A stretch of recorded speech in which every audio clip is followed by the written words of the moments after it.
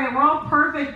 Guys, we are the Laugh Index Theater, and we're presenting Julian Stern tonight. Give it up for him.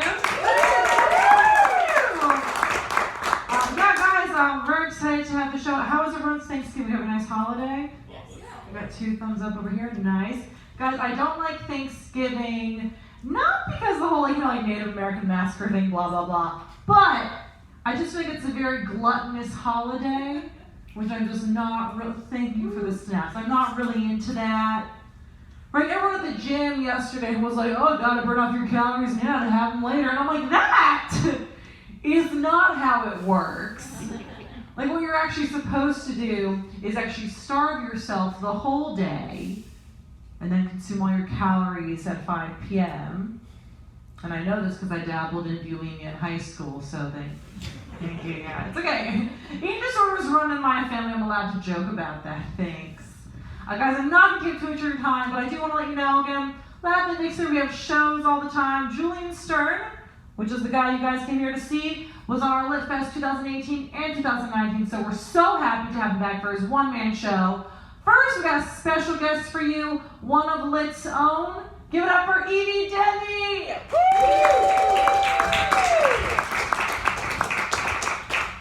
Awesome, thank you guys for having me, although nobody here had that choice, really. You ever have these moments where you're just sort of laughing at yourself in the mirror? I had that like 5 minutes before the show, just looking at this.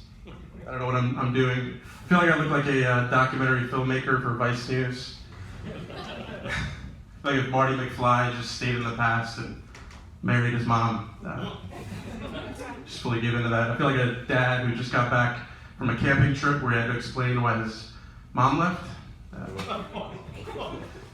I've never been married, but I look divorced, if that makes sense. Definitely look divorced.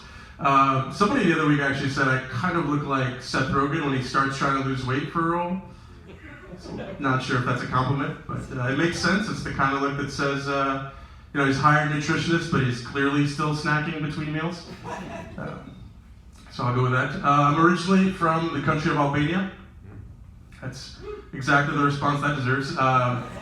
There's no reason you guys should know what that is, and as Americans, I'm confident nobody here knows what the hell I'm talking about. It's in the Balkans in Eastern Europe. I think the most famous Balkan person you guys have probably heard of is Mother Teresa. Mother Teresa was Albanian. Mother Teresa loved Albania and the Balkans so much that as soon as she could, she moved to a rural, impoverished, disease-ridden village in India, and she said, I think I'm good here. This is totally fine. She never came back. So essentially chose 7 years of very painful bowel movements over us. I think that paints a pretty good picture of Albania. I think more popularly here in the U.S., people got exposure to Albania in Liam Neeson's movie Taken. You guys see that? In that movie, my people are the ones doing the taking, which is it's fun. He spends 90 minutes essentially killing off a third of our population to save one person. So I really have a hard time seeing who the victims are in that film. You ever think your dad loves you and then you watch that movie and you're like, there's so much more he could be doing. It's weird. I always love, there's a scene in that movie, maybe like right before the kidnapping, where you find out that the daughter's plan is to follow U2 in concert across Europe. And I think the entire audience in the theater with me had the same thought, which is, she might kind of have this coming, really, seriously. Might deserve this. I think there is something kind of sadly true about that movie, is that Albanians are involved a lot in crime. I think what's even worse than that is we're never the ones in charge. We're always like the henchmen, always kidnapping the bridesmaid and never the bride. It's true that you'll see like rooms full of Italians and Russians, and they're the ones making the plans, and we're outside that room with a clipboard and an earpiece. We're essentially the bouncers of the criminal underworld. Just guys in sequence dragon t-shirts and neck tattoos going, sorry, I'm not on the list. No evil for you today. Come back with evil chicks, we talk. I hope it's not culturally insensitive for me to say, but I think that everybody from Eastern Europe sounds evil. Like, you ever been on the phone with someone and you could just tell by the cadence of their voice that they definitely have a facial scar? Like, that's what calling home is like for me. Like, Jesus Christ, Grandma, I'll come over and visit. Just let the girl go, all right? I'll say growing up was a little bit tough. My parents lived through a communist dictatorship. Albania was 30, 40 years of a very oppressive regime. And so moving here when I was very young, what could I possibly experience in social studies class that could ever equate to the things they dealt with? I'll say arguments with my dad were pretty tough. Dad, I wish you wouldn't take my PlayStation away. I wish I didn't take your grandfather away. Really hard to come back from that one. That day alone, I had 2 free periods. They didn't even have free people, which is it's hard to equate with my challenges. They'll never really know English as well as I do, which is something that, still to this day, I've mastered the language better than they have. So I find that I kind of shove them around like kids a lot of the time. So saying things like, put that down, we gotta pay for that. That's not food. Where's that finger pen, Dad? We were a little bit poor growing up. I'll say a lot of my clothes were hand-me-downs, so sucked back then. But I realized I was just slowly getting cool for like the modern era. Like all this old country stuff is now vintage, which is great. I have this one jacket used to belong to my uncle. The thing is tattered and stained. There's a bullet hole in the back of it. He essentially escaped a genocide in this thing. It's dry clean only, but it's already been ethically cleansed, which is great. A little too close to home there. But I wear this thing out now, and I've got guys in man buns who stop me on the street and say, "Hey man, where'd you get that? Goodwill?" And I gotta say, "Listen, Caleb, I didn't ask for his name, but I'm sure that's what it was. That is offensive to me and my people. This is the War Crimes collection at Urban Outfitters. You gotta recognize." I'll say adapting to American culture was a lot of fun. I think my favorite thing about kind of adapting here has been the complete lack of emotional empathy. Like nobody cares about each other really or wants to have difficult conversations, which has been great in dating. Like ghosting is awesome. I don't know if you guys do that. It's this great new thing.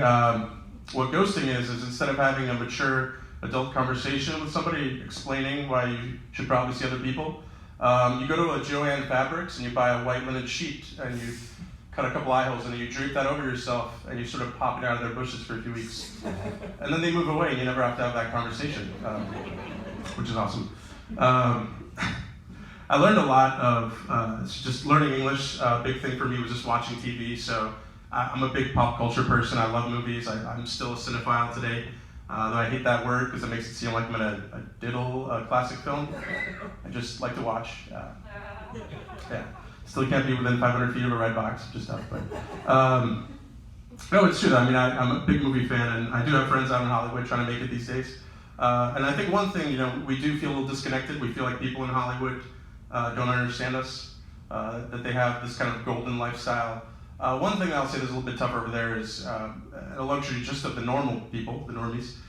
We can erase our resumes, which is awesome. You do a couple of crappy jobs and you get into the business world and you just sort of lop off the part of the resume that says you worked at an Orange Julius for 4 years and no one has to know that ever happened.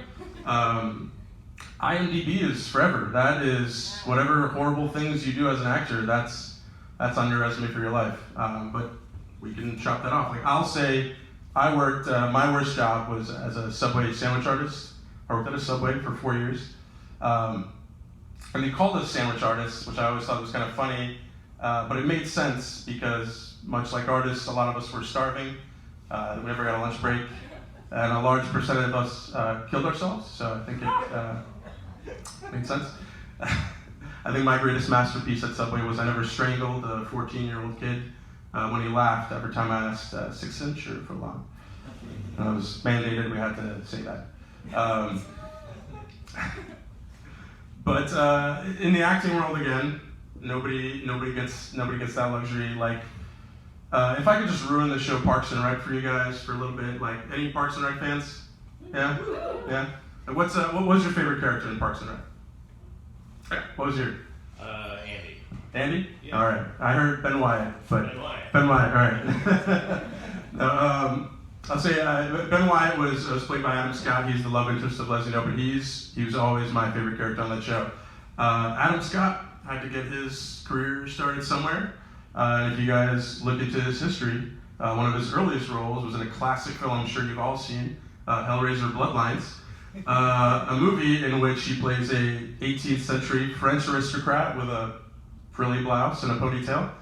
He summons a demon from hell who later betrays him and then rips his still beating heart from his chest and kills him. There's honestly no punchline there. I just wanted you guys to be aware that is on the internet, and you can Google Adam Scott death Hellraiser, and you will find that scene, and he will never be quirky again to you when you watch that show. It sort of ruins it for you. But I do think about, very iconic scenes like that. You can never really take that away from the actors you see. And I always wonder about what that next casting interview is sort of like. Like if you're the woman who was like the middle of the human centipede, like what does that next conversation go like? For those of you that have the self-respect to not watch that movie, I don't know how to describe what I saw you guys.